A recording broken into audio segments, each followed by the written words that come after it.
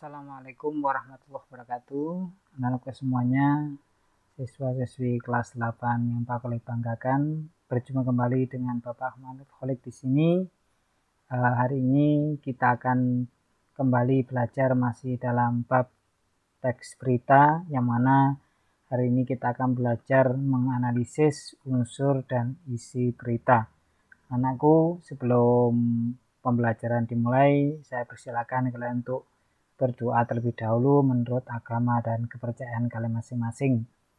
Dipersilakan. Terima kasih anak semuanya.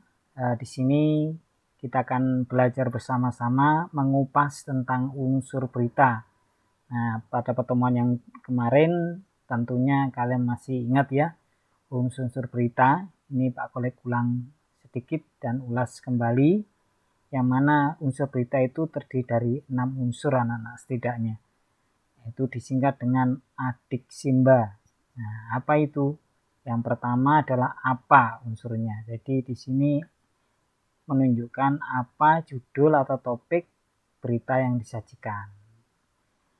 Yang kedua, berita itu mengungkap di mana atau tempat kejadian berita yang disajikan. Jadi harus menunjukkan tempat kejadiannya sebagai pelengkap berita tersebut. Yang ketiga, anak-anakku semuanya, adalah kapan atau waktu kejadian berita yang disajikan. Nah, tentunya waktu ini sangat penting karena untuk membuktikan kefaktaan dari berita tersebut. Tak kalah pentingnya nomor 4 anak-anakku semuanya, yaitu siapa, unsur siapa. Di sana adalah siapa saja yang terlibat dalam berita tersebut. Tentunya dalam berita itu pasti ya, namanya pelaku, kemudian namanya korban, atau mungkin siapa yang terlibat itu pasti ada di sana. Karena setiap kejadian pasti ada yang berbuat. Selanjutnya yang nomor 5 anak-anakku semuanya adalah mengapa. Nah, di sana adalah alasan atau menyebab dalam berita tersebut. Nah, alasan misalkan terjadinya gempa. Nah, kenapa penyebabnya? Atau mungkin terjadinya suatu tindak kerusuhan. Nah, alasannya kenapa mereka? Nah, pasti akan diungkap di dalam berita tersebut. Selanjutnya adalah nomor 6, yaitu bagaimana. Nah, di sini lebih panjang, yaitu penjelasan tentang bagaimana runtutan kejadian dalam berita tersebut.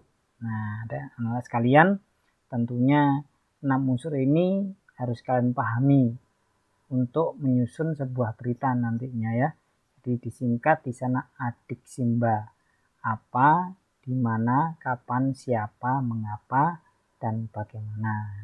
Nah, bagaimana anak? Sudah paham ya? Jika sudah paham, kita lanjut pada pembahasan berikutnya.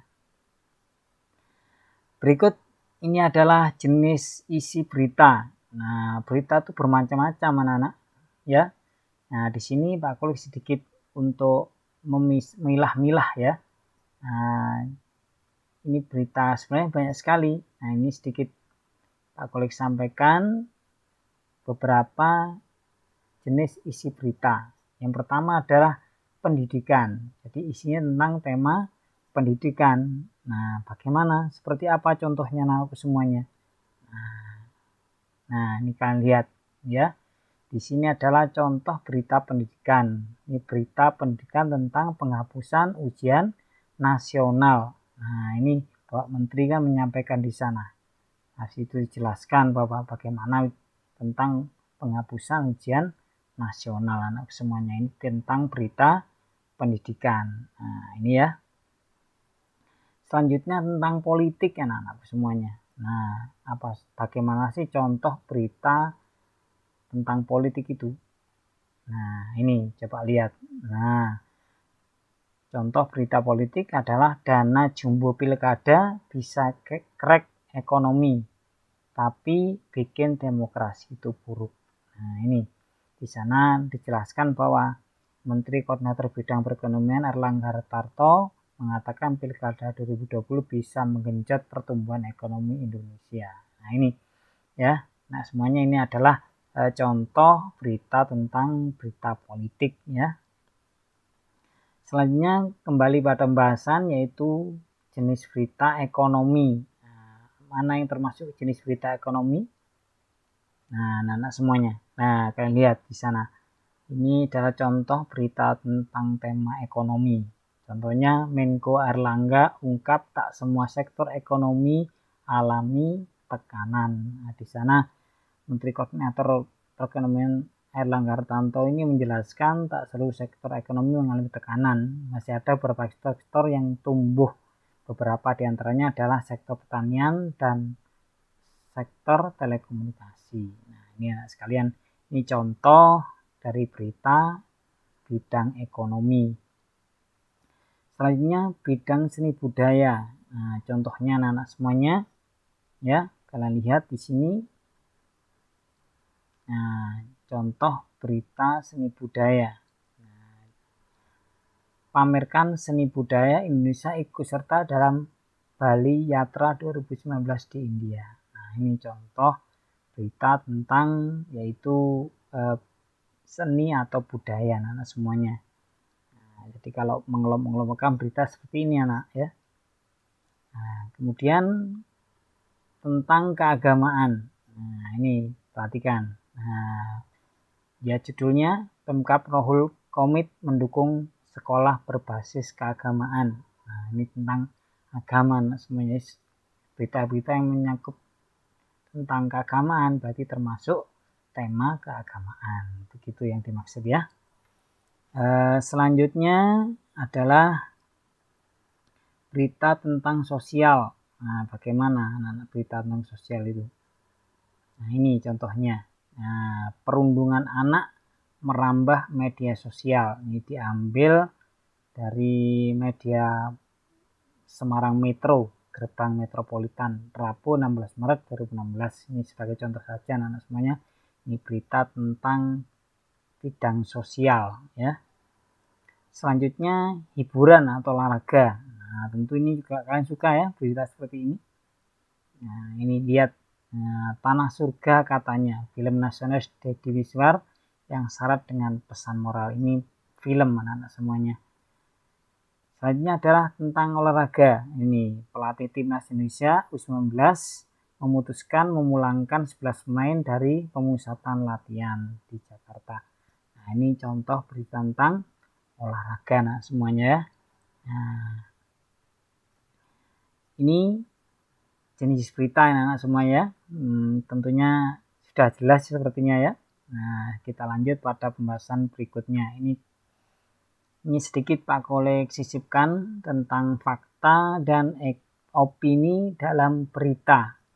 Nah, apa sih fakta itu? Nah, fakta itu adalah kejadian atau peristiwa yang benar-benar ada dan terjadi. Nah, seperti apa kalimatnya itu anak-anak semuanya? Nah, dilihat di sini.